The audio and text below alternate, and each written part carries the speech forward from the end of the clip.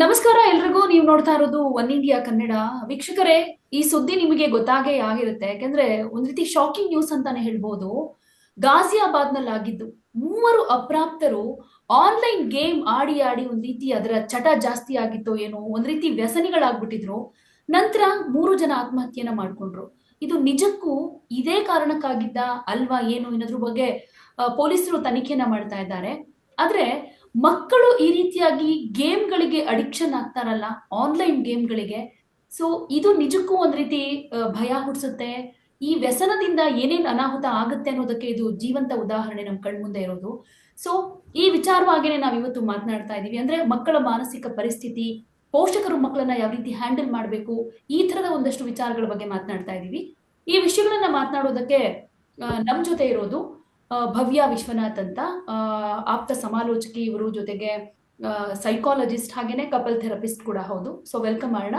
ನಮಸ್ತೆ ಭವ್ಯ ವಿಶ್ವನಾಥ್ ಅವರೇ, ಕಾರ್ಯಕ್ರಮಕ್ಕೆ ಸ್ವಾಗತ. ನಮಸ್ತೆ. ಎಸ್, ನೋಡಿದೀರಾ ಏನಾಗಿದೆ ಇನ್ಸಿಡೆಂಟ್ ಅಂತ? ನಿಜಕ್ಕೂ ಶಾಕಿಂಗ್ ಅಂತ ಅನ್ನಿಸ್ಬಿಡುತ್ತೆ. ಪ್ರತಿಯೊಬ್ಬ ಪೇರೆಂಟ್ಸು ಈ ಸುದ್ದಿ ನೋಡಿದ್ಮೇಲೆ ಮಕ್ಳ ಕೈಗೆ ಮೊಬೈಲ್ ಕೊಡ್ಬೇಕಾ, ಕಿತ್ಕೊಬೇಕು ಅಂದ್ರೆ ಏನ್ ಮಾಡ್ಬೇಕು? ಐ ಮೀನ್ ಸಡನ್ ಆಗಿ ಕಿತ್ಕೊಂಡ್ಬಿಟ್ರೆ ಅವ್ರಿಗೆ ಒಂದ್ ರೀತಿ ಮಾನಸಿಕವಾಗಿ ಏನಾಗ್ಬಿಡುತ್ತೋ, ಏನ್ ನಿರ್ಧಾರ ಮಾಡ್ತಾರೋ ಅನ್ನೋ ಭಯ ಕಾರಣ ಆಗ್ತಾ ಇದೆ. ಸೊ ಹೆಂಗೆ ಇದನ್ನೆಲ್ಲ ಹ್ಯಾಂಡಲ್ ಮಾಡುದು? ಈ ಇನ್ಸಿಡೆಂಟ್ ನೋಡಿ ನಿಮ್ಗೆ ಹೇಗ ಅನಿಸ್ತು? ತುಂಬಾನೇ ಬೇಜಾರಾಗತ್ತೆ. ಯಾಕಂದ್ರೆ ಮಕ್ಕಳೇ ಮುಂದಿನ ಭವಿಷ್ಯ ಅಂತ ನಾವು ನಂಬಿರ್ತೀವಿ ಅಲ್ವಾ? ವೈಯಕ್ತಿಕವಾಗೂ ಹೌದು, ದೇಶದ ಪರಿಸ್ಥಿತಿ ನೋಡಿದಾಗೂ ಹೌದು.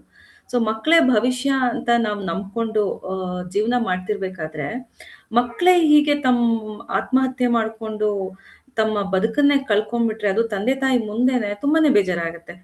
ಅದು ಏನು ಒಂದು ಕ್ಷುಲ್ಲಕ ಕಾರಣಕ್ಕೆ, ತುಂಬಾ ಏನ್ ಸೀರಿಯಸ್ ಪ್ರಾಬ್ಲಮ್, ಜಸ್ಟ್ ಒಂದು ಆನ್ಲೈನ್ ಗೇಮ್ಗೋಸ್ಕರ ತಮ್ಮ ಪ್ರಾಣನೇ ಒತ್ತೆ ಇಟ್ಬಿಟ್ರೆ ಎಲ್ಲಿಗೆ ಹೋಗ್ತಾ ಇದೆ ಮಕ್ಕಳ ಮನಸ್ಥಿತಿ ಅಂತ ಒಂದ್ ದೊಡ್ಡ ಪ್ರಶ್ನೆನೆ ಕಾಡುವಂತ ಸ್ಥಿತಿಲಿ ನಾವು ಇವತ್ತಿದೀವಿ.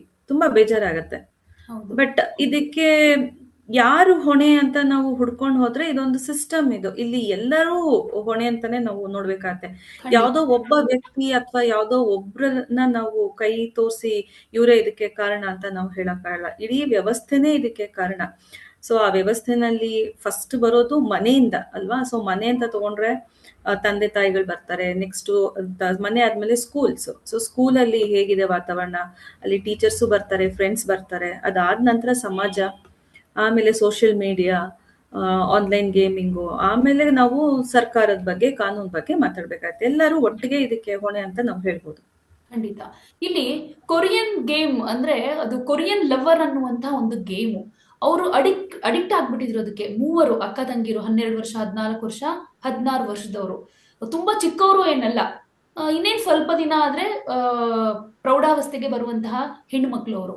ಸೊ ಎಷ್ಟರ ಮಟ್ಟಿಗೆ ಅವರು ಅಡಿಕ್ಷನ್ ಆಗ್ಬಿಟ್ರು ಅಂದ್ರೆ, ನಾವು ಭಾರತೀಯರೇ ಅಲ್ಲ, ನಾವು ಕೊರಿಯನ್ನರು ಅನ್ನೋ ಲೆವೆಲ್ಗೆ. ಯಾವ್ದೋ ಟಾಸ್ಕ್ ಇತ್ತಂತೆ, ಆ ಟಾಸ್ಕ್ ಕಂಪ್ಲೀಟ್ ಮಾಡ್ಬೇಕು ಅನ್ನೋ ನಿಟ್ಟಿನಲ್ಲಿ ಏನೋ ಗೇಮ್ ಆಟಾಡ್ತಾ ಇದ್ರು ಅಂತ ಕೆಲವ್ರು ಹೇಳ್ತಾರೆ. ಕೆಲವ್ರು ಹೇಳ್ತಾರೆ ಸರಿಯಾಗಿ ಸ್ಕೂಲ್ ಹೋಗ್ತಾ ಇಲ್ಲ ಅಂತ ಅವ್ರ ಅಪ್ಪ ಅಮ್ಮ ತುಂಬಾ ಸ್ಟ್ರಿಕ್ಟ್ ಮಾಡಿದ್ರಂತೆ, ಇನ್ಮೇಲೆ ಗೇಮ್ ಆಡಬಾರ್ದು ಅಂತ ಹೇಳಿದ್ರಂತೆ. ಸೊ ಈ ಕಾರಣಕ್ಕೆ ಅದು ಡೆತ್ ನೋಟೋ ಅಥವಾ ಏನೋ ಒಂದು ಲೆಟರ್ ತರ ಬರ್ದಿದ್ದಾರೆ. ಅಂದ್ರೆ ನಿಮ್ಗೆ ನಾವು ಹೋದ್ಮೇಲೆ ಅರ್ಥ ಆಗುತ್ತೆ ನಾವ್ ಎಷ್ಟು ಕೊರಿಯನ್ ಲವ್ ಗೇಮ್ಗೆ ಅಡಿಕ್ಟ್ ಆಗಿದ್ವಿ, ಜೊತೆಗೆ ಎಷ್ಟು ಎಷ್ಟು ಲವ್ ಮಾಡ್ತಾ ಇದ್ವಿ ಆ ಗೇಮ್ನ ಅನ್ನೋ ತರದಲ್ಲಿ ಒಂದು ಲೆಟರ್ ಬರೆದು ಅವರು ಆತ್ಮಹತ್ಯೆ ಮಾಡ್ಕೊಳ್ಳೋದು. ಸೊ ಈ ತರ ಒಂದು ಆತ್ಮಹತ್ಯೆ ಮಾಡ್ಕೊಳ್ಳೋ ನಿರ್ಧಾರ ಮಾಡ್ತಾರೆ ಮಕ್ಕಳು ಅಂದ್ರೆ, ಇನ್ನೆಷ್ಟರ ಮಟ್ಟಿಗೆ ಆ ಗೇಮ್ ಅವ್ರ ಮೇಲೆ ಎಫೆಕ್ಟ್ ಮಾಡಿರುತ್ತೆ, ಎಷ್ಟು ಇನ್ವಾಲ್ವ್ಮೆಂಟ್ ತೋರಿಸಿರುತ್ತೆ ಅಂತ ಇದ್ರಲ್ಲೇ ಅರ್ಥ ಆಗ್ಬಿಡುತ್ತೆ. ಬಟ್ ಹೆಂಗೆ ಇದು ಅಷ್ಟು ಬೇಗ ಮಕ್ಕಳು ಈ ತರ ವ್ಯಸನಿಗಳಾಗಿ ಬದಲಾಗ್ತಾರೆ ಅಂತ ಅಂದ್ರೆ ಹೇಗ್ ಸಾಧ್ಯ? ಅಷ್ಟೊಂದು ವೀಕ್ ಮಾನಸಿಕ ಪರಿಸ್ಥಿತಿ ಮಕ್ಕಳದು ಅಂತ. ಇದು ವೀಕ್ ಅನ್ನೋಕ್ಕಿಂತ ಇದಕ್ಕೆ ನಾವು ರೂಟ್ ಕಾಸ್ಗೆ ಹೋಗ್ಬೇಕು. ಇದು ಮೇಲ್ ನೋಡ್ದಂಗೆ ಇವತ್ತು ನಾವೇನ್ ಮಾಡ್ತೀವಿ, ಓಕೆ ಯಾವ್ದೋ ಒಂದು ಕೊರಿಯನ್ ಗೇಮ್ ಅಂತೆ, ಇಂಥವ್ರು ಈ ತರ ಕೇಸ್ ಆಗಿದೆ ಅಂತ ಮೇಲ್ನೋಟಕ್ಕೆ ಮಾತ್ರ ನಾವು ನೋಡ್ತಾ ಇರೋದು. ಇದು ಸೂಪರ್ಫಿಷಿಯಲ್. ಬಟ್ ನಾವು ಮಾಡ್ಬೇಕಾಗಿರೋದಂತೂ ರೂಟ್ ಕಾಸ್. ಇವಾಗ ಇದೊಂದು ಕೊರಿಯನ್ ಗೇಮ್ ಅಂತ ಮರ್ತು ಬಿಡಿ. Okay, so just take it as an addiction. ಒಂದು ಡಿಜಿಟಲ್ ಅಡಿಕ್ಷನ್ ಅಂತ ತಗೊಳ್ಳಿ. ಈ ಡಿಜಿಟಲ್ ಅಡಿಕ್ಷನ್ ಅಲ್ಲಿ ಮತ್ತು ಡಿಜಿಟಲ್ ಬಿಟ್ಬಿಡಿ ಒಂದು ಅಡಿಕ್ಷನ್ ಅಂತ ತಗೊಳ್ಳಿ.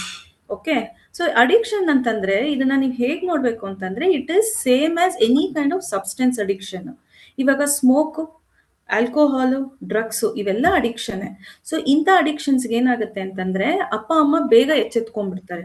ಓ ಸ್ಮೋಕಾ, ಓ ಆಲ್ಕೋಹಾಲಾ, ಅದರಿಂದ ದೂರ ಇಡ್ಬೇಕು ನಮ್ಮ ಮಕ್ಕಳನ್ನ, ನಾವು ದೂರ ಇರ್ಬೇಕು ಅನ್ನೋದು ಬಂದ್ಬಿಡುತ್ತೆ. ಮೈಂಡ್ ಸೆಟ್ ಆಗ್ಬಿಟ್ಟಿದೆ ಸೊಸೈಟಿನಲ್ಲಿ. ಆದ್ರೆ ಈ ಡಿಜಿಟಲ್ ಅಡಿಕ್ಷನ್ ಅನ್ನೋದಕ್ಕೆ ಯಾರು ಅಷ್ಟು ಸೀರಿಯಸ್ ಆಗಿ ತಗೊಳ್ತಾ ಇಲ್ಲ, ಆ ತರ ನೋಡೋದಿಲ್ಲ, ಪರಿಗಣಿಸಲ್ಲ. ಇದು it is same as that kind of addiction. So ಹಾಗೇನೆ ಅಲ್ಲಿ ಇವತ್ತು ಸ್ಮೋಕಿಂಗ್ ಹೆಂಗಾಗತ್ತೆ ಅಡಿಕ್ಷನ್ ಅಂತಂದ್ರೆ, ಯಾವತ್ತೋ ಒಂದು ಕ್ಷಣ, ಯಾವತ್ತೋ ಒಂದು ದಿವಸ ಆ ವ್ಯಕ್ತಿ ಸ್ಟಾರ್ಟ್ ಮಾಡಿರ್ತಾನೆ. ಪ್ರತಿಯೊಬ್ರು ಒಂದು ದಿವಸ ಅಂತ ಸ್ಟಾರ್ಟ್ ಮಾಡಿರ್ತಾರೆ. ಆ ಒಂದು ಅನುಭವ ಅವ್ರಿಗೆ ಖುಷಿ ಕೊಡುತ್ತೆ, ಆ ಎಂಜಾಯ್ ಮಾಡ್ತಾನೆ ಆ ಒಂದು ಕ್ಷಣನ. ಅವಾಗ ಏನಾಗತ್ತೆ, ಮತ್ತೆ ಅದನ್ನ ಕಂಟಿನ್ಯೂ ಮಾಡ್ತಾನೆ ಅಲ್ವಾ. ಸೊ ಕಂಟಿನ್ಯೂ ಆಗಿ ಒಂದ್ ದಿವಸ ಹೋಗಿ, ಒಂದ್ ವಾರ, ಒಂದ್ ಮಂತ್, 1 year ಆಗಿ ಬೆಳ್ಕೊಂಡ್ ಹೋಗುತ್ತೆ. ಅದೇ ಅಭ್ಯಾಸ ಆಗಿ ಟರ್ನ್ ಆಗುವಂಥದ್ದು. ಅಭ್ಯಾಸ ಎಕ್ಸೆಸ್ ಆದಾಗ ಏನಾಗುತ್ತೆ, ಅದು ವ್ಯಸನ ಆಗುತ್ತೆ. ಅದನ್ನೇ ನಾವು ಅಡಿಕ್ಷನ್ ಅಂತ ಹೇಳೋದು. ಹಾಗೇನೆ ಇವಾಗ coming back to this case, ಇಲ್ಲಿ ಡಿಜಿಟಲ್ ಅಡಿಕ್ಷನ್ ಅಷ್ಟೇ ಇದು. ಸೊ ಇವಾಗ ನಿಮಗ್ ಗೊತ್ತಾಗಿರುತ್ತೆ, ಇದು ಅಷ್ಟೇ, ಮಕ್ಕಳು ಅವ್ರು ಸ್ಟಾರ್ಟಿಂಗ್ ಅಲ್ಲೇ ಈ ಕೊರಿಯನ್ ಗೇಮ್ ಆಟಾಡೋದಕ್ಕೆ ಸ್ಟಾರ್ಟ್ ಮಾಡಿರೋದಿಲ್ಲ ಅಲ್ವಾ. ಎಸ್ಪೆಷಲಿ ಇವಾಗ ಒಂದು ಡಿಜಿಟಲ್ ಎರಾ ಅಂತ ಏನ್ ಹೇಳ್ತೀವಿ, ಅಥವಾ ಒಂದು ಸ್ಕ್ರೀನ್ ಏಜ್ ಅಂತ ಏನ್ ಹೇಳ್ತಾ ಇದೀವಿ, ಈ ಮಕ್ಳಿಗೆ ನಾವು ಸ್ಕ್ರೀನ್ ಏಜರ್ಸ್ ಅಂತಾನೆ ಕರೆಯೋದು. ಸೊ ಇವ್ರಿಗೇನಾಗತ್ತೆ, ಹುಟ್ಟದಾಗಿಂದ ಬೆಳ್ದಿರುವಂತದ್ದು, ಈ ಜೆನ್ಜಿ ಅಂತ ಏನ್ ಹೇಳ್ತೀವಿ, ಹುಟ್ಟದಾಗಿಂದ ಸ್ಕ್ರೀನ್ ನೋಡ್ಕೊಂಡೇ ಬೆಳ್ದಿರುವಂತದ್ದು. ಅದ್ರಲ್ಲೂ ಈ ಕೋವಿಡ್ ಟೈಮ್ ಆದ್ಮೇಲೆ ಏನಾಗಿದೆ, ಇದಕ್ಕೆ ಜಾಸ್ತಿ ಅಡಿಕ್ಟ್ ಆಗಿರುವಂತದ್ದು. ಯಾಕಂದ್ರೆ ಆನ್ಲೈನ್ ಎಜುಕೇಶನ್ ಇದ್ರಲ್ಲೇ ಮಾಡ್ಬೇಕಾಗಿತ್ತು. ಅಲ್ಲಿಂದ ಇಂಥ ಪ್ರಾಬ್ಲಮ್ಸ್, ಡಿಜಿಟಲ್ ಅಡಿಕ್ಷನ್ ಅನ್ನೋದು ಸ್ಟಾರ್ಟ್ ಆಗಿರೋದು. ಸೊ ಅವ್ರೇನ್ ಮಾಡಿರ್ತಾರೆ, ಆನ್ಲೈನ್ ಎಜುಕೇಶನ್ ಜೊತೆಗೇನೆ ಸ್ವಲ್ಪ ಚಿಕ್ಕ ಚಿಕ್ಕ ಗೇಮ್ ಅನ್ನ ಆಡ್ಕೊಂಡ್ ಬಂದಿರ್ತಾರೆ. ಆ ಚಿಕ್ಕ ಚಿಕ್ಕ ಗೇಮ್ಗಳು ಅವ್ರಿಗೆ ಖುಷಿ ಕೊಟ್ಟಿರುತ್ತೆ. ಒಂದ್ ಖುಷಿ ಕೊಟ್ಟಾಗ ಇನ್ನೊಂದ್ ಗೇಮ್ ಆಡ್ಬೇಕು ಅನ್ಸುತ್ತೆ, ಹಂಗೆ ಕಂಟಿನ್ಯೂ ಹಾಕೊಂಡು ಒಂದೊಂದೇ ಗೇಮ್ ಆಡ್ಕೊಂಡ್ ಬಂದಿರ್ತಾರೆ. ಬಟ್ ಏನಾಗುತ್ತೆ, ಇಲ್ಲಿ ಒಂದ್ ಗೇಮ್ ಇಂದ ಇನ್ನೊಂದ್ ಗೇಮ್ ಶಿಫ್ಟ್ ಆದಾಗ, ಮೊದಲನೇ ಗೇಮ್ ಇಂದ ಇದು ಜಾಸ್ತಿ ಇಂಟ್ರೆಸ್ಟಿಂಗ್ ಆಗಿದೆ, ಸೊ ಇದನ್ನ ಜಾಸ್ತಿ ಇದಾಡೋಣ ಅಂತ. ಸೊ ಅವರ ಒಂದು ಮಕ್ಳದು ಕ್ಯೂರಿಯಾಸಿಟಿ ಮೈಂಡ್ ಅಲ್ವಾ. ಸೊ ಆ ಕ್ಯೂರಿಯಾಸಿಟಿ ಪ್ಲಸ್ ಇಂಟ್ರೆಸ್ಟ್ ಏನಾಗ್ಬಿಡುತ್ತೆ, ಅವ್ರಿಗೆ ಪ್ಯಾಷನ್ ಆಗ್ಬಿಡುತ್ತೆ. ಇದ್ರಲ್ಲಿ ಏನೋ ಮತ್ತೆ ಏನೋ ಇನ್ನೂ ಚೆನ್ನಾಗಿದೆ, ಇನ್ನೂ ಎಕ್ಸೈಟಿಂಗ್ ಆಗಿದೆ ಅಂತ ಹೇಳಿ ಜಾಸ್ತಿ ಇನ್ವಾಲ್ವ್ ಆಗ್ತಾ ಹೋಗ್ತಾರೆ. So they gave their 100% involvement. So ಅದೇನಾಗತ್ತೆ, ಒಂದ್ ಗೇಮಿಂದ ಒಂದು ಅದು ಅಭ್ಯಾಸ ಆಗಿ ಕೊನೆಗೆ ಈ ಒಂದು ಗೇಮ್ ಅಲ್ಲಿ ಕೂತಿರೋದು. ಸೊ ಇದೇ ತರ ಪಬ್ಜಿ ಆಯ್ತು, ಆಮೇಲೆ ಬ್ಲೂ ವೇಲ್ ಆಯ್ತು, ಬ್ಯಾನ್ ಮಾಡಿದ್ರು. ಬಟ್ ಅದ್ ಬ್ಯಾನ್ ಮಾಡಿದ್ರೆ ಏನ್ ಯೂಸ್, ಅದೇ ತರ ಮತ್ತೆ ಇನ್ನೊಂದು ಇಂಟ್ರೊಡ್ಯೂಸ್ ಮಾಡ್ತಾರೆ ಗೇಮರ್ಸ್ ಅಲ್ವಾ. ಸೊ ಇನ್ನೊಂದು ಇಂಟ್ರೊಡ್ಯೂಸ್ ಮಾಡ್ತಾರೆ. ಬಟ್ ಮಕ್ಳಿಗೆ ರೂಟ್ ಕಾಸ್ ನ ನಾವು ಅಡ್ರೆಸ್ ಮಾಡ್ಬೇಕಿಲ್ಲಿ. ಇವತ್ತು ಈ ಗೇಮ್ ಅನ್ನ ಬ್ಯಾನ್ ಮಾಡೋದು ಸೊಲ್ಯೂಷನ್ ಅಲ್ಲ. ಯಾಕಂದ್ರೆ ಇದೇ ತರ ಇನ್ನೊಂದು ಆಪ್ಷನ್ ಇದೆ, ಅವ್ರಿಗೆ ಆಪ್ಷನ್ಸ್ ಆರ್ ಅವೈಲೇಬಲ್, ತುಂಬಾ ಆಪ್ಷನ್ಸ್ ಗಳಿವೆ. ಇದೆಲ್ಲ ಅಂದ್ರೆ ಇನ್ನೊಂದು ಪ್ಲಾಟ್ಫಾರ್ಮ್. ಸೊ ರೂಟ್ ಕಾಸ್ ಏನ್ ಬರುತ್ತೆ ಅಂತಂದ್ರೆ, ಮಕ್ಕಳು ಆಲ್ರೆಡಿ ಇದನ್ನ ಅಡಿಕ್ಟ್ ಮಾಡ್ಕೊಂಡ್ಬಿಟ್ಟಿದ್ದಾರೆ. ಸೊ ಪೇರೆಂಟ್ಸ್ ಈ ಫ್ಯಾಕ್ಟ್ ಅನ್ನ ಅಕ್ಸೆಪ್ಟ್ ಮಾಡ್ಕೋಬೇಕು, ಇದೊಂದು ಅಡಿಕ್ಷನ್ ಆಗಿದೆ ಅಂತ. ಇದು ಅಡಿಕ್ಷನ್ ಆಗಿದೆ ಅನ್ನೋದನ್ನ ಅಕ್ಸೆಪ್ಟೆನ್ಸ್ ಮಾಡ್ಕೊಂಡಾಗೇನೆ ಅವೇರ್ನೆಸ್ ಕ್ರಿಯೇಟ್ ಆಗೋದು. ಓಕೆ, ನಾ ಇದ್ರ ಬಗ್ಗೆ ಏನಾದ್ರು ಮಾಡ್ಬೇಕು ಅಂತ. ಇಲ್ಲ ಅಂತಂದ್ರೆ ಇರ್ಲಿ ಬಿಡು, ಮಕ್ಳು ತಾನೆ, ಏನೋ ಒಂಚೂರು ಬೋರ್ ಆಗುತ್ತೆ ಅಂತ ನೋಡ್ತಾರೆ, ಸ್ವಲ್ಪ ಟೈಮ್ ಪಾಸ್ಗೆ ಅಂತ ನೋಡ್ತಾರೆ ಅಂತ ತಂದೆ ತಾಯಿಗಳು ಕೊಡಬಹುದು. ಜೊತೆಗೆ ಈ ಟೀನೇಜರ್ಸ್ಗೆ ಅಂದ್ರೆ ಈ ಒಂದು 10 years ಇಂದ 18-20 years ತನಕ ಏನಾಗುತ್ತೆ ಅಂದ್ರೆ, ಪಿಯರ್ ಪ್ರೆಷರ್ ಜಾಸ್ತಿ ಇರುತ್ತೆ. ಪಿಯರ್ ಪ್ರೆಷರ್ ಅಂತಂದ್ರೆ ಸ್ಕೂಲ್ ಫ್ರೆಂಡ್ಸ್ದು ಅವ್ರದ್ದು ಪ್ರೆಷರ್ ಜಾಸ್ತಿ ಇರುತ್ತೆ, ಅವ್ರ ಇನ್ಫ್ಲೂಯೆನ್ಸ್ ಜಾಸ್ತಿ ಇರುತ್ತೆ. ಸೊ ಅವ್ರುಗಳು ಇವ್ರಿಗೆ ಹೇಳ್ತಾ ಇರ್ತಾರೆ, ಯಾವ್ಯಾವ ತರ ಗೇಮಿಂಗ್ ಬರ್ತಿದೆ, ಸೋಷಿಯಲ್ ಮೀಡಿಯಾದಲ್ಲಿ ಏನೇನ್ ನಡೀತಾ ಇದೆ, ಪ್ರತಿಯೊಂದು ಅಪ್ಡೇಟ್ಸ್ ಅವ್ರಿಗೆ ಸಿಗ್ತಾ ಇರುತ್ತೆ. ಜೊತೆಗೆ ಅವ್ರುಗಳು ಆಕ್ಟಿವ್ ಆಗಿರೋದ್ರಿಂದ ಇವರು ಆಕ್ಟಿವ್ ಆಗ್ಲಿ ಅಂತ ಅವ್ರು ಪ್ರೆಷರ್ ಹಾಕ್ತಾರೆ. ಮತ್ತೆ ಇವ್ರಿಗೂ ಒಂದು ಸೆಲ್ಫ್ ಎಕ್ಸ್ಪೆಕ್ಟೇಷನ್ ಅನ್ನೋದು ಇರುತ್ತೆ, ಟೆಂಪ್ಟೇಷನ್ ಇರುತ್ತೆ. ಸೊ ಹಾಗಾಗಿ ಅವ್ರು ಅದ್ರಲ್ಲಿ ಧುಮುಕ್ತಾರೆ. ಸೊ ಇವೆಲ್ಲಾ ಕಾರಣಗಳಿಂದ ಇದೊಂದು ಅಡಿಕ್ಷನ್ ಆಗಿ ಟರ್ನ್ ಆಗಿರುತ್ತೆ. ಇದಕ್ಕೆ ನಾವು ಎಚ್ಚೆತ್ಕೊಂಡು ಸ್ಟೆಪ್ ಬೈ ಸ್ಟೆಪ್ ಇದನ್ನ ಅಡ್ರೆಸ್ ಮಾಡೋದೇ ಇದಕ್ಕೆ ಸೊಲ್ಯೂಷನ್. ಇಲ್ಲೇ ಪೋಷಕರು ಎಡುತ್ತಾ ಇದ್ದಾರೆ ಅಂತ ಅನ್ಸುತ್ತೆ. ಈಗ ನೀವು ಹೇಳಿದ್ರಿ, ಹಿಂಗೇನೋ ತುಂಬಾ ಅಡಿಕ್ಷನ್ ಆಗ್ತಾ ಇದೆ ಅಂತ ಪೇರೆಂಟ್ಸ್ ಗೊತ್ತಾಗುತ್ತೆ. ಅವೇರ್ನೆಸ್ ಅನ್ನೋ ಕಾರಣಕ್ಕಾಗಿ ಅದನ್ನ ಯಾವ ರೀತಿ ಹ್ಯಾಂಡಲ್ ಮಾಡ್ಬೇಕು ಅನ್ನೋದು ಅವ್ರ ತಲೆಗೆ ಬರೋದಿಲ್ಲ. ತುಂಬಾ ಫೋನ್ ನೋಡ್ತಾ ಇದ್ದಾನೆ, ಇವನು ಗೇಮ್ ಆಡ್ತಾ ಇದ್ದಾನೆ, ಇದನ್ನ ನಿಲ್ಲಿಸ್ಬೇಕು ಅಂತ ತಕ್ಷಣ ಅವ್ರು ತೆಗೆದುಕೊಳ್ಳೋ ನಿರ್ಧಾರ ಮಕ್ಕಳ ಮಾನಸಿಕ ಸ್ಥಿತಿ ಮೇಲೆ ಒಂದಷ್ಟು ಎಫೆಕ್ಟ್ ಮಾಡುತ್ತೆ ಅಂತ. ಈಗ ಇಲ್ಲಿ 3 ಜನ ಹುಡುಗಿರು ಈ ತರ ಸೂಸೈಡ್ ಏನ್ ಮಾಡ್ಕೊಂಡಿದ್ದಾರೆ, ಇದಾದ್ಮೇಲೆ ಅವ್ರ ಬಿಲ್ಡಿಂಗ್ ಅಲ್ಲೇ ಅಕ್ಕಪಕ್ಕದವರೆಲ್ಲ ಗೊತ್ತಾಗಿ ತಕ್ಷಣ ಮೊಬೈಲ್ ನ ಮಕ್ಳ ಕೈಯಿಂದ ಕಿತ್ಕೊಳ್ಳೋದು, ಇನ್ಮೇಲೆ ಮೊಬೈಲ್ ನೋಡ್ಬೇಡ ಅಂತ ತಕ್ಷಣ ಸ್ಟ್ರಿಕ್ಟ್ ಮಾಡೋದು, ಈ ತರ ಮಾಡೋದ್ರಿಂದಾನು ಒಂದಷ್ಟು ರಿಸಲ್ಟ್ ಏನ್ ಬರುತ್ತೆ ಅದು ಕೆಟ್ಟದಾಗೆ ಇರುತ್ತೆ ಅಂತ ಅನ್ಸುತ್ತಲ್ವಾ? ಹೌದು. ಇದನ್ನ ತುಂಬಾ ನಾವು, because it's a very sensitive matter, ಅದನ್ನ ಅರ್ಥ ಮಾಡಿ. ಯಾಕಂದ್ರೆ ಅಡಿಕ್ಷನ್ ಅಂದ್ರೆ ಎಷ್ಟು ಸೀರಿಯಸ್ ಪ್ರಾಬ್ಲಮ್, ಅದ್ರ ಸೊಲ್ಯೂಷನ್ ಅಷ್ಟೇ ನಾವು ಸೀರಿಯಸ್ ಆಗಿ ತುಂಬಾ ಸ್ಮಾರ್ಟ್ ಆಗಿ ಹ್ಯಾಂಡಲ್ ಮಾಡ್ಬೇಕು. Okay, because we are dealing with humans ಅಂದ್ರೆ emotions, we are dealing with emotions and we are dealing with children. So even the more sensitive. Okay, so ಇಲ್ಲಿ ಏನಾಗುತ್ತೆ ಅಂತಂದ್ರೆ, ನಾವು ಫಸ್ಟ್ ಮಕ್ಳು ಮೈಂಡ್ ಸೆಟ್ ಅರ್ಥ ಮಾಡ್ಕೋಬೇಕು. ಯಾಕವ್ರು ಈ ತರ ಫೋನ್ ಕಿತ್ಕೊಂಡಾಗ ಈ ತರ ಸೂಸೈಡ್ ಮಾಡ್ಕೊಳ್ಳುವಂಥದ್ದು ಒಂದು ಎಕ್ಸ್ಟ್ರೀಮ್ ಸ್ಟೆಪ್ ನ ತಗೊಳ್ತಾರೆ. ಇದಕ್ ಕಾರಣ ಏನು ಅಂತ ಮತ್ತೆ ಅದನ್ನ ನಾವು ಅರ್ಥ ಮಾಡ್ಕೋಬೇಕು. ಮಕ್ಳದು ಇದಕ್ ನಾವೇನು ಮೇನ್ ಆಗಿ ಅರ್ಥ ಮಾಡ್ಕೋಬೇಕು ಅಂದ್ರೆ ಮಕ್ಳು ಬ್ರೈನ್ ಹೆಂಗ್ ವರ್ಕ್ ಆಗುತ್ತೆ ಅಂತ. ಈ ಬ್ರೈನ್ ಹೆಂಗ್ ವರ್ಕ್ ಆಗುತ್ತೆ ಮಕ್ಳದು ಅಂತಂದ್ರೆ, ಈ ಮೆದುಳು ಅಂತ ಏನ್ ಹೇಳ್ತೀವಿ, ಇದು ಅವರಲ್ಲಿ ಫಸ್ಟ್ ಆಫ್ ಆಲ್ ಡೆವಲಪ್ ಆಗಿರೋದಿಲ್ಲ. ಹೊರಗಡೆಯಿಂದ ನೋಡೋದಕ್ಕೆ ಫುಲ್ ಒಂದು ಸ್ಟ್ರಕ್ಚರ್ ರೆಡಿ ಆಗಿರುತ್ತೆ ಹೊರತು ಒಳಗೆ ಮೆದುಳು ಬೆಳ್ಕೊಂಡಿರೋದಿಲ್ಲ. ಎಸ್ಪೆಷಲಿ ಈ ಒಂದು ಫ್ರಂಟ್ ಪಾರ್ಟ್ ಏನ್ ಹೇಳ್ತೀವಿ, ಇದಕ್ಕೆ ಫ್ರಂಟ್ ಕಾರ್ಟೆಕ್ಸ್ ಅಂತ ಹೇಳ್ತೀವಿ. ಇದು ನಮ್ಮ ಮಕ್ಕಳ ಒಂದು ಡಿಸಿಷನ್ ಮೇಕಿಂಗು, ಪ್ರಾಬ್ಲಮ್ ಸಾಲ್ವಿಂಗು ಮತ್ತೆ ಅನಾಲಿಟಿಕಲ್ ಸ್ಕಿಲ್ಸ್ ಸಂಬಂಧಪಟ್ಟಿದ್ದಂತ ಒಂದು ಭಾಗ. ಈ ಭಾಗ ಬೆಳ್ದೇ ಇರಲ್ಲ ಮಕ್ಕಳಿಗೆ. ಅವರು ಒಂದು 20-25 ಇಯರ್ಸ್ ಆಗೋ ತನಕ ಅದು ಬೆಳ್ದಿರಲ್ಲ, ಅದ ನಂತರ ಬೆಳೆಯುವಂಥದ್ದು. ಅದಕ್ಕೆ ನೀವು ನೋಡ್ತೀರಾ, ಒಂದು 25 ಇಯರ್ಸ್ 30 ಇಯರ್ಸ್ ಆದ್ಮೇಲೆ ಮಕ್ಕಳಿಗೆ ಒಂದು ಮೆಚೂರಿಟಿ ಬರುತ್ತೆ. ಯಾಕೆ ಅಂತಂದ್ರೆ ಅವಾಗ ಬ್ರೈನ್ ಡೆವಲಪ್ಮೆಂಟ್ ಕಂಪ್ಲೀಟ್ ಆಗುವಂಥದ್ದು.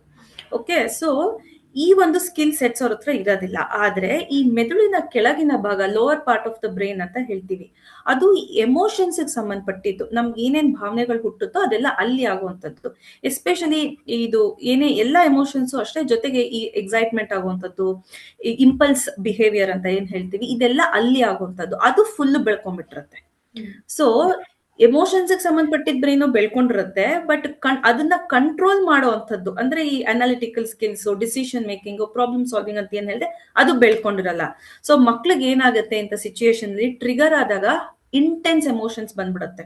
ತುಂಬಾ ಉದ್ವೇಗ ಒಳಗ್ ಹಾಕ್ತಾರೆ, ತುಂಬಾ ದುಃಖ ಆಗುತ್ತೆ, ಅವ್ರಿಗೆ ಅವಮಾನ ಆಗತ್ತೆ. ಅದನ್ನ ಕಂಟ್ರೋಲ್ ಮಾಡ್ಕೊಳ್ಳುವಂತ ಕೆಪಾಸಿಟಿ ಅವರಲ್ಲಿ ಇರಲ್ಲ. ಆ ಕೆಪಾಸಿಟಿ ಇರೋದು ಈ ಒಂದು front part of the brain, ಅದು ಬೆಳ್ಕೊಂಡಿರೋದಿಲ್ಲ. ಇದನ್ನ ನಾವು ಅರ್ಥ ಮಾಡ್ಕೋಬೇಕು. ಸೊ ಅವ್ರಿಗೆ ಏನಾಗುತ್ತೆ, ಇಂಟೆನ್ಸ್, ಅದು ಲವ್ ಆಗಿರ್ಬೋದು, ಲವ್ ಫೇಲ್ಯೂರ್ಸ್ ಆಗಿರ್ಬೋದು, ಅಥವಾ ರೋಡ್ ರೇಜಸ್ ಆಗಿರ್ಬೋದು, ಈವ್ ಟೀಸಿಂಗ್ ಆಗಿರ್ಬೋದು, ಅಥವಾ ಬೇರೆ ಫಿಸಿಕಲ್ ನೀಡ್ಸ್ ನೀವು ನೋಡ್ತಾ ಇರ್ತೀರಾ, ಅದನ್ನ ಕಂಟ್ರೋಲ್ ಮಾಡ್ಕೊಳ್ಳುವಂತ ಕೆಪಾಸಿಟಿ ಇಲ್ದಾಗ ಏನಾಗುತ್ತೆ, ಮಕ್ಕಳು ಈ ತರ ಅಪರಾಧನ ಮಾಡೋದಕ್ಕೆ ಪ್ರಾರಂಭ ಮಾಡ್ತಾರೆ.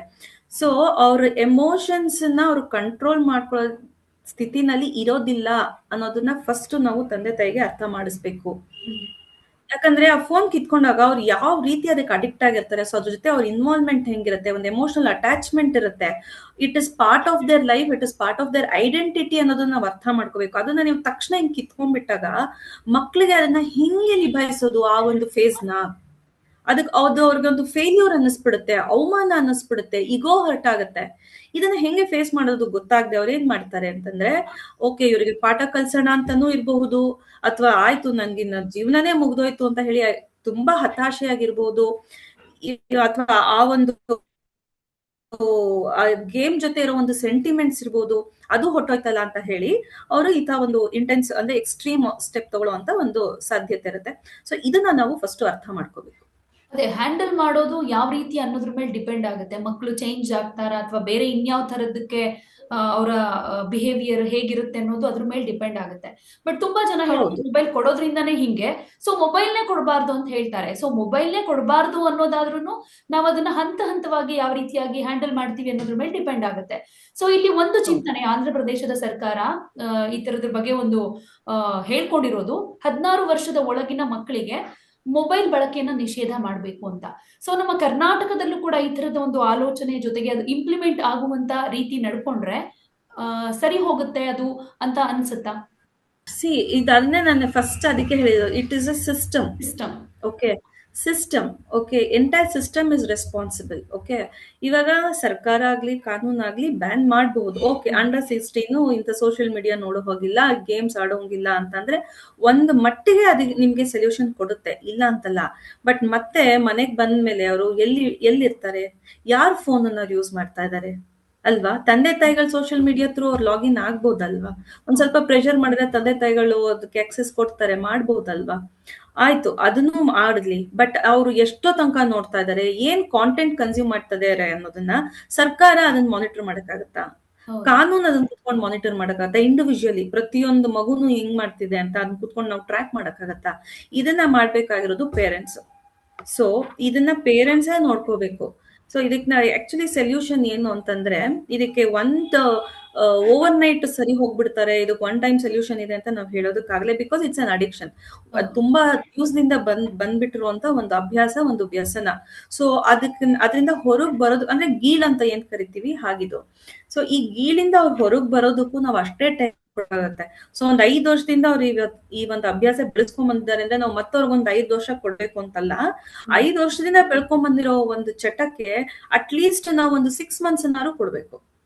6 ಮಂತ್ಸ್. ಇವಾಗ ಏನಾಗುತ್ತೆ, ನಾವು ಒಂದಿಷ್ಟು ಸೊಲ್ಯೂಷನ್ಸ್ ಕೊಡ್ತೀವಿ, ಟಿಪ್ಸ್ ಟೆಕ್ನಿಕ್ಸ್ ಎಲ್ಲ ಶೇರ್ ಮಾಡ್ತೀವಿ. ತಂದೆ ತಾಯಿ ಏನ್ ಮಾಡ್ತಾರೆ, ಒಂದ್ ವಾರ ಫಾಲೋ ಮಾಡ್ತಾರೆ ಅಥವಾ ಒಂದು 2 ಡೇಸ್, ಇಲ್ಲ ವರ್ಕ್ ಆಗಲ್ಲ, ನಮ್ಮ ಮಕ್ಳು ನಮ್ಮ ಮಾತು ಕೇಳಲ್ಲ. ಸೊ ಅಲ್ಲಿ ಏನಾಗ್ತಿದೆ, ಪೇರೆಂಟ್ಸ್ ಪೇಷನ್ಸ್ ಇಲ್ಲ. ಈದರ್ ಬಿಕಾಸ್ ದೇ ಆರ್ ಬಿಸಿ.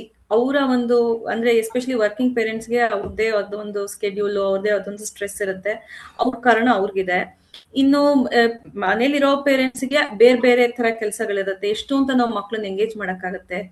ಅವ್ರಿಗೆ ಎಕ್ಸಾಮ್ ಇರುತ್ತೆ ಮಕ್ಳಿಗೆ, ಸೊ ಆ ಸ್ಟ್ರೆಸ್ ರಿಲೀಫ್ ಮಾಡ್ಕೊಳಕ್ಕೆ ಒಂದ್ ಸ್ವಲ್ಪ ಹೊತ್ತು ಫೋನ್ ಕೊಡೋರಿದ್ದಾರೆ. ಒಂದೊಂದೇ ಮಕ್ಳು ಇರುತ್ತೆ ಮನೆಯಲ್ಲಿ, ಅದಕ್ಕೆ ಬೋರ್ ಆಗುತ್ತೆ ಅಂತ ಹೇಳಿ ಕೊಡೋರು ಇರ್ತಾರೆ. ಈ ತರ ಎಷ್ಟೊಂದು ಹಲವಾರು ಕಾರಣ ಇರುತ್ತೆ. ಸೊ ಇದನ್ನೆಲ್ಲ ಸರ್ಕಾರ ಕುತ್ಕೊಂಡು ಮಾನಿಟರ್ ಮಾಡಕ್ಕಾಗೋದಿಲ್ಲ. ಇದನ್ನ ಮಾಡ್ಬೇಕಾಗಿರೋದೇ, ಎಷ್ಟೇ ಬಿಸಿ ಇದ್ದೀನಿ, ಎಷ್ಟೇ ಸ್ಟ್ರೆಸ್ ಇದೆ ನನ್ಗೆ ಅಂತಂದ್ರು parents, it is a matter of life and death. ಮಕ್ಳು ಭವಿಷ್ಯ ಇದ್ರಲ್ಲಿದೆ. ಯಾಕಂದ್ರೆ ಅಕಾಡೆಮಿಕ್ಸ್ ತುಂಬಾ ಇಂಪಾರ್ಟೆನ್ಸ್ ಕೊಡ್ತಾರೆ ಪ್ರತಿಯೊಬ್ರು ತಂದೆ ತಾಯಿನೂ. ಮಗು ಒಂದ್ ಎಕ್ಸಾಮ್ ಅಲ್ಲಿ, ಒಂದ್ ಪೇಪರ್ ಅಲ್ಲಿ ಒಂಚೂರು ಕಡಿಮೆ ಮಾರ್ಕ್ಸ್ ತಗೊಂಡು ಫೇಲ್ ಆದ್ರೆ ಅದನ್ನ ಇಮಿಡಿಯೇಟ್ ಆಗಿ ಸೀರಿಯಸ್ ಆಗಿ ತಗೊಂಡು ಟ್ಯೂಷನ್ ಹಾಕಿ, ಸ್ಕೂಲಲ್ಲಿ ಹೋಗಿ ಮಾತಾಡಿ ಆ ಪ್ರಾಬ್ಲಮ್ ಸಾಲ್ವ್ ಮಾಡಕ್ ಟ್ರೈ ಮಾಡ್ತಾರೆ. ಬಟ್ ಇಂಥದ್ದನ್ನ ಏನ್ ಮಾಡ್ತಾರೆ, ಇಗ್ನೋರ್ ಮಾಡ್ತಾರೆ. ಇದು ಇಂಪಾರ್ಟೆಂಟ್ ಅಲ್ಲ, ಇಟ್ಸ್ ಓಕೆ ಅನ್ನೋ ಒಂದು ಕನ್ಕ್ಲೂಷನ್ ಬಂದ್ಬಿಡ್ತಾರೆ. ಸೊ ಈ ಮೈಂಡ್ ಸೆಟ್ ತಂದೆ ತಾಯಿಲೂ ಚೇಂಜ್ ಆಗ್ಬೇಕು, ಸೊಸೈಟಿನಲ್ಲೂ ಚೇಂಜ್ ಆಗ್ಬೇಕು. ಅವಾಗ ಮಾತ್ರ ನಾವು ಮಕ್ಕಳನ್ನ ಈ ಅಡಿಕ್ಷನ್ ಇಂದ ಹೊರಗೆ ತರೋದಕ್ಕೆ ಸಾಧ್ಯ ಆಗುತ್ತೆ. ಖಂಡಿತ. ಆಮೇಲೆ ಇವಾಗ ಯಾವ ತರ ಆಗಿದೆ ಪರಿಸ್ಥಿತಿ ಅಂತ ನೀವು ಹೇಳಿದ ಹಾಗೆ, ಪೇರೆಂಟ್ಸ್ಗೆ ಪೇಷನ್ಸ್ ಇಲ್ಲ ಅನ್ನೋದು ಅಷ್ಟೇ ಸತ್ಯ. ಜೊತೆಗೆ ಪೋಷಕರು ಮತ್ತೆ ಮಕ್ಕಳ ಮಧ್ಯೆ ಆ ಬಾಂಡಿಂಗ್ ಏನಿದೆ, ಆ ಕನೆಕ್ಷನ್ ಏನಿದೆ, ಅದೆಲ್ಲವೂ ಕೂಡ ಕಮ್ಮಿ ಆಗ್ತಾ ಇದೆ ಅನ್ನೋದು ಕೂಡ ಮಕ್ಕಳು ಮೊಬೈಲ್ ಕಡೆಗೆ ಗಮನ ಹರಿಸೋದಕ್ಕೆ ಸಾಧ್ಯ.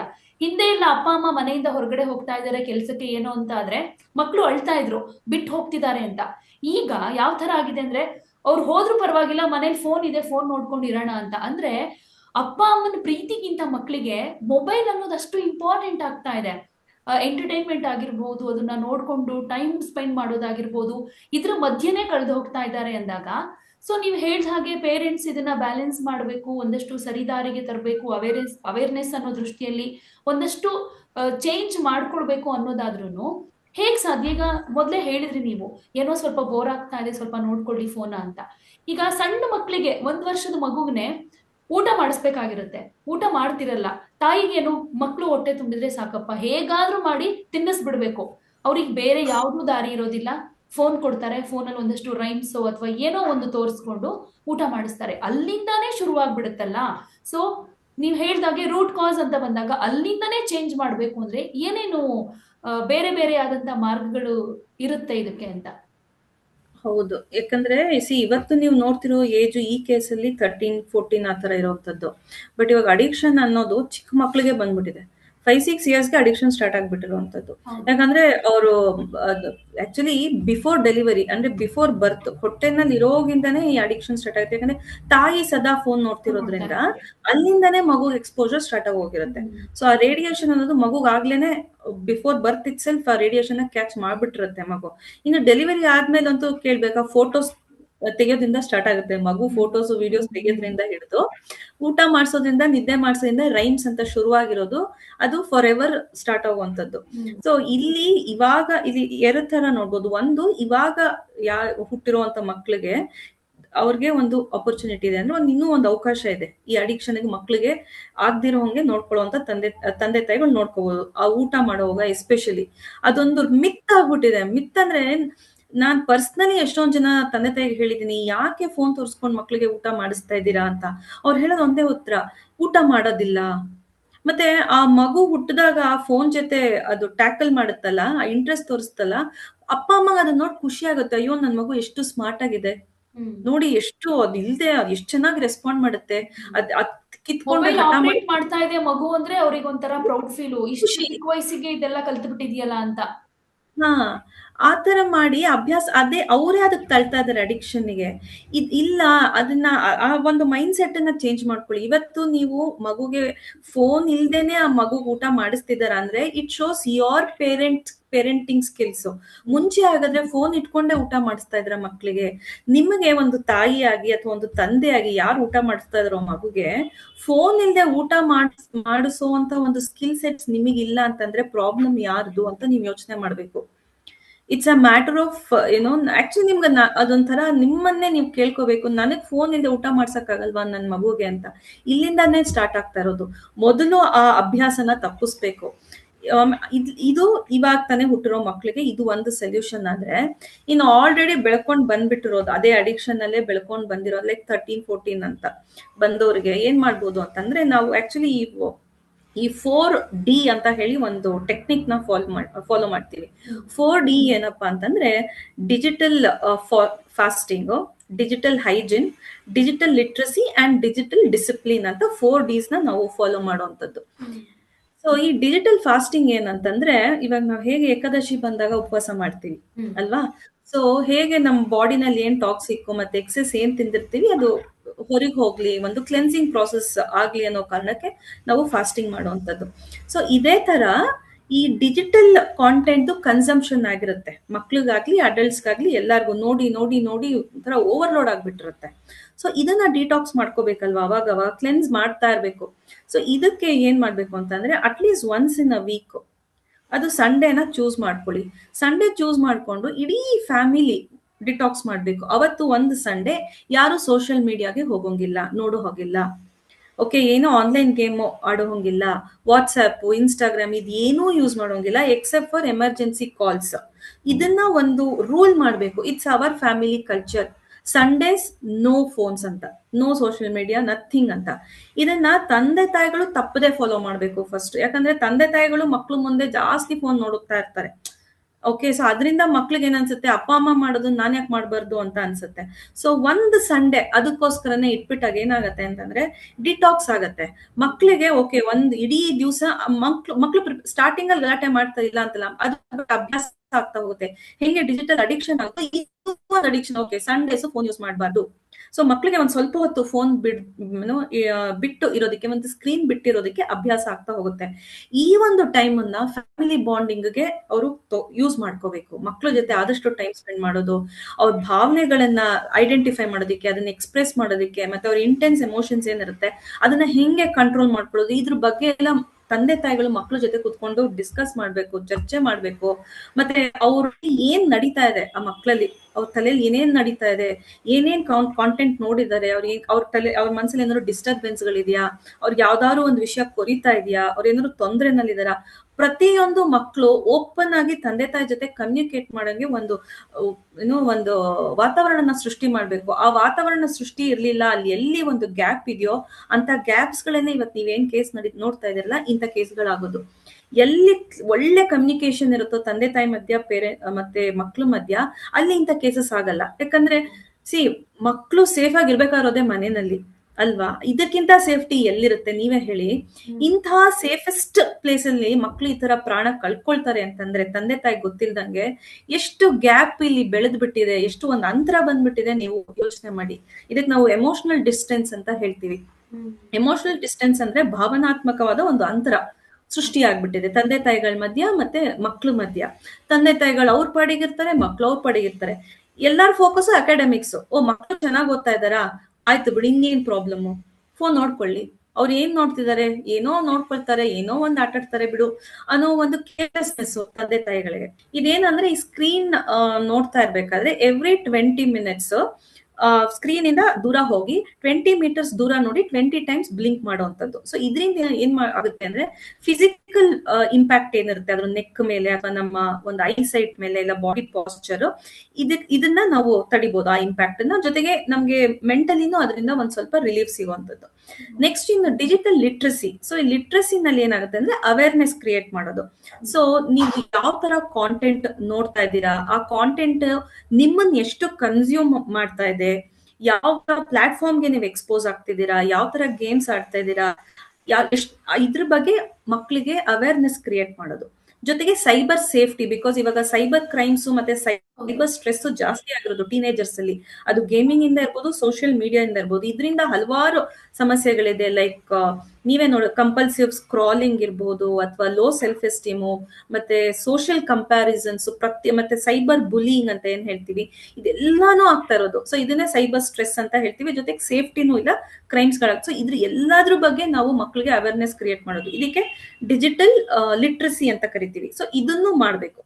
ಇನ್ ಕೊನೆದೇನಪ್ಪಾ ಅಂತಂದ್ರೆ ಡಿಜಿಟಲ್ ಡಿಸಿಪ್ಲಿನ್. ಸೊ ಈ ಡಿಸಿಪ್ಲಿನ್ ನಲ್ಲಿ ದಿನಕ್ಕೆ ಫೋನು ಎಷ್ಟು ಬಳಕೆ ಮಾಡಬೇಕು, ಸೋಷಿಯಲ್ ಮೀಡಿಯಾನ ಎಷ್ಟೊತ್ತು ಯೂಸ್ ಮಾಡಬೇಕು, ಯಾವ್ಯಾವ ಕಾಂಟೆಂಟ್ ನೋಡ್ಬೇಕು, ಯಾವ ಪ್ಲಾಟ್ಫಾರ್ಮ್ ಅಲ್ಲಿ ನೀವು ಆಕ್ಟಿವ್ ಆಗಿರ್ಬೇಕು, ಎಷ್ಟೊತ್ತಾಗಿರ್ಬೇಕು, ಇದನ್ನ ಏಜ್ ಅಪ್ರೋಪ್ರಿಯೇಟ್ ಮಾಡಬೇಕು. ಸೊ 1 to 5 ಇಯರ್ಸ್ಗೆ ಒಂದು ಟೈಮ್ ಲಿಮಿಟ್ ಆದ್ರೆ 5 to 10 ಇನ್ನೊಂದು, ಅಥವಾ 11 to 18 ಇಯರ್ಸ್ಗೆ ಇನ್ನೊಂದು ಟೈಮ್. ಈ ತರ ಟೈಮು ಪೇರೆಂಟ್ಸ್ ಕುತ್ಕೊಂಡು ಅವ್ರ ಎಮೋಷನಲಿ ಅದ್ರಲ್ಲಿ ಇನ್ವೆಸ್ಟ್ ಮಾಡಿ ಒಂದು ಸ್ಟ್ರಾಟಜಿ ಮಾಡಬೇಕು. ಇವಾಗ ಹೇಗೆ ಬಿಸ್ನೆಸ್ ಅಲ್ಲೆಲ್ಲ ಸ್ಟ್ರಾಟಜಿ ಮಾಡ್ತೀವೋ, ಅಥವಾ ಮಕ್ಕಳನ್ನ ಒಂದ್ ಸ್ಕೂಲ್ಗೆ ಅಡ್ಮಿಷನ್ ಹಾಕ್ಬೇಕು ಅಂದ್ರೆ ಈಗಿನ ಕಾಲದಲ್ಲಿ ಎಷ್ಟು ರಿಸರ್ಚ್ ಮಾಡ್ತಾರೆ ತಂದೆ ತಾಯಿಗಳು, ನೀವು ನೋಡಿದೀರಾ? ಎಷ್ಟು ಸ್ಕೂಲ್ಸ್ ಗಳನ್ನ ನೋಡ್ತಾರೆ. ಯಾಕಂದ್ರೆ ಅವ್ರ ಸ್ಟೇಟಸ್ ಮ್ಯಾಚ್ ಆಗ್ಬೇಕು. ಅದು ಮಕ್ಳಿಗೆ best of the best education ಕೊಡ್ಬೇಕು, ಒಳ್ಳೆ ಕಡೆ ಕ್ವಾಲಿಫೈ ಆಗ್ಬೇಕು ನನ್ ಮಗು ಅಂತ ಅಷ್ಟು ಒಂದು ಅಟೆನ್ಷನ್ ಕೊಟ್ಟು ಅದನ್ನ ಮಾಡ್ತಾರೆ, ಡಿಸಿಷನ್ ತಗೊಳ್ತಾರೆ. ಆದ್ರೆ ಇಂಥದಕ್ ಬಂದ್ರೆ ನಮಗ್ ಟೈಮ್ ಇಲ್ಲ ಅಂತ ಹೇಳ್ತಾರೆ, ಅಥವಾ ಬೇರೆ ಏನೋ ಕಾರಣಗಳು ಕೊಡ್ತಾರೆ. ಸೊ ಅವ್ರ ಪ್ರಿಯಾರಿಟಿ ಲಿಸ್ಟ್ ಅಲ್ಲೇ ಇಲ್ಲ ಇದು ಅನ್ನೋದು ಎದ್ದು ಕಾಣಿಸುತ್ತೆ. ಸೊ ಈ 4 Ds ನ ಅವರು ಫಾಲೋ ಮಾಡಿದ್ರೆ ಖಂಡಿತವಾಗ್ಲೂ ಈ ಒಂದು ಡಿಜಿಟಲ್ ಅಡಿಕ್ಷನ್ ಏನಿದೆ, ಎಸ್ಪೆಷಲಿ ಬಿಟ್ವೀನ್ 10 to 18 ಇಯರ್ಸ್ ಮಕ್ಕಳು, ಯಾಕಂದ್ರೆ ಇವರೇ ಇಂಥ ಪ್ರಾಬ್ಲಮ್ಸ್ ನ ಜಾಸ್ತಿ ಫೇಸ್ ಮಾಡ್ತಾ ಇರೋದು. ಸೊ ಇಂಥ ಮಕ್ಕಳಿಗೆ ಹೊರಗೆ ಖಂಡಿತವಾಗ್ಲೂ ನಾವು ತಗೊಂಬರ್ಬೋದು.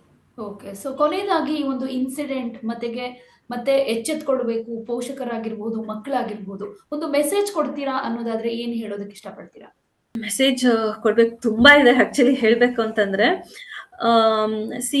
ನಾವೇನ್ ಫಸ್ಟ್ ಅರ್ಥ ಮಾಡ್ಕೋಬೇಕು ಅಂತಂದ್ರೆ, ಈ ಒಂದು ಟೆಕ್ನಾಲಜಿ ಆಗ್ಲಿ, ಅಥವಾ ಸೋಷಿಯಲ್ ಮೀಡಿಯಾ, ಫೋನ್ಸ್, ಮತ್ತೆ ಇದು ಗೇಮಿಂಗ್ ಪ್ಲಾಟ್ಫಾರ್ಮ್ಸ್, ಮತ್ತೆ ಈವನ್ OTT ಪ್ಲಾಟ್ಫಾರ್ಮ್ಸ್ ಏನ್ ಮಾಡ್ತಿದೆ ಅಂತಂದ್ರೆ, it is literally replacing human relationships. ನಮ್ಮ ಸಂಬಂಧಗಳನ್ನೇ ಇದು ರಿಪ್ಲೇಸ್ ಮಾಡ್ತಿದೆ. ಮಕ್ಕಳಾಗಿರಲ್ಲ, ಮನುಷ್ಯರಾಗಿರಲ್ಲ, ರೋಬೋಟ್ಸ್ ಆಗ್ತಾ ಹೋಗ್ತಾ ಇದಾರೆ.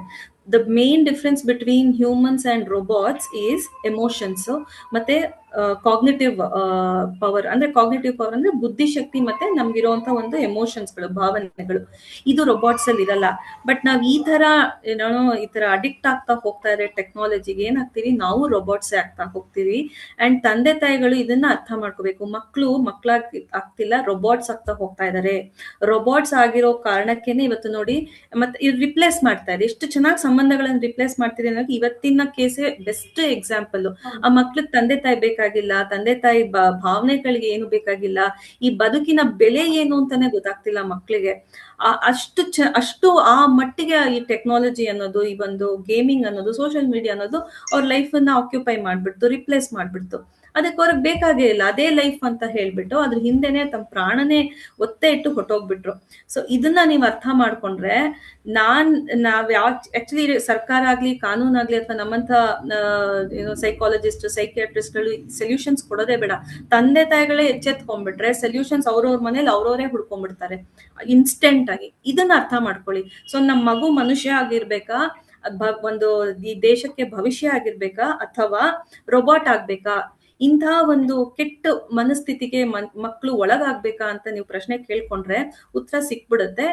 ಇವತ್ತಿಂದಾನೇ ಈ ಒಂದು ಸಮಸ್ಯೆಗೆ ಎಚ್ಚೆತ್ಕೊಂಡು ನೀವೇ ಒಂದು ಸೆಟ್ ಆಫ್ ರೂಲ್ಸ್ ಅಂತ ಹಾಕೊಂಡು ಫ್ಯಾಮಿಲಿನಲ್ಲಿ ಅದನ್ನ ಫಾಲೋ ಮಾಡಿ, ಅದನ್ನ ಇಂಪ್ಲಿಮೆಂಟ್ ಮಾಡಿ ಅಂತ ನಾನು ರಿಕ್ವೆಸ್ಟ್ ಮಾಡ್ಕೊಳ್ತೀನಿ ಪ್ರತಿಯೊಂದು ಪೇರೆಂಟ್ಸ್ಗೂ. ಓಕೆ. ಇಲ್ಲಿ ತನಕ ಈ ಮೊಬೈಲ್ ಬಳಕೆ ಆಗಿರಬಹುದು, ಮಕ್ಕಳ ಮನಸ್ಥಿತಿಯನ್ನ ಯಾವ ರೀತಿ ಪೇರೆಂಟ್ಸ್ ರೀಡ್ ಮಾಡಬೇಕು, ಯಾವ ವಿಷಯದಲ್ಲಿ ಕಂಟ್ರೋಲ್ ಮಾಡಬೇಕು, ಹ್ಯಾಂಡಲ್ ಮಾಡಬೇಕು, ಜೊತೆಗೆ ಒಂದು ಮೆಸೇಜ್ ಕೊಡೋದ್ರೊಂದಿಗೆ ಒಂದಷ್ಟು ಒಳ್ಳೊಳ್ಳೆ ಅಂಶಗಳನ್ನ ತಿಳಿಸ್ಕೊಟ್ಟಿದ್ದೀರಾ. Thank you so much Bhavya Vishwanath ಅವರೇ. Thank you. ನಮಸ್ತೆ.